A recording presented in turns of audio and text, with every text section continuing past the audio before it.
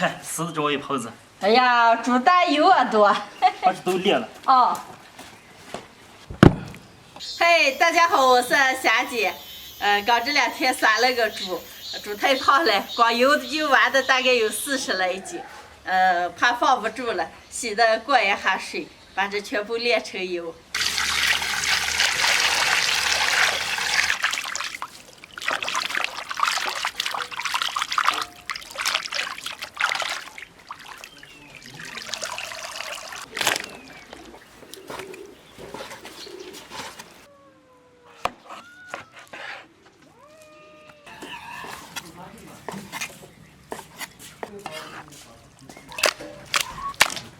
猪油过一下水，不仅可以把里面的杂质去掉，而且炼出来的猪油白白的。水开，浮沫大劲捞出来。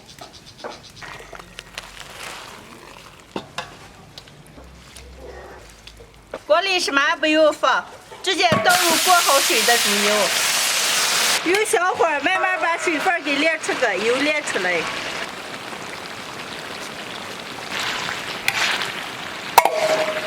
水熬干以后，慢慢就开始出上油了。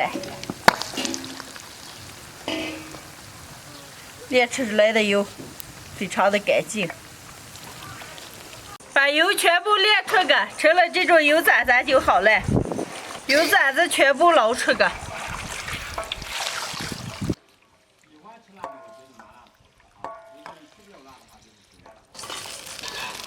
油舀的晾出来。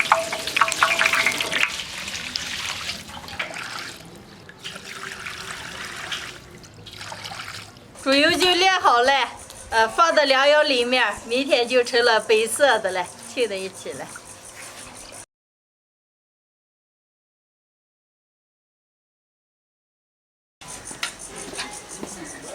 晾了1晚上，猪油都浸住了。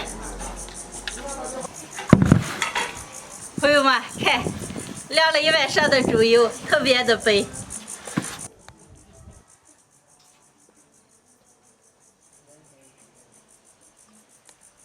这就是我平时炼猪油的方法，把猪油过一下水，然后用小火慢慢的把猪油给炼出来。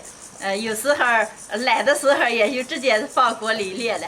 炼好的猪油，完了熬菜了，或者是做寿司包菜了、烙饼子了，放上一点，特别的香。喜欢的朋友们也可以试着做一下。今天的视频就分享到这儿了。朋友们，记得点个赞，下期见，拜拜。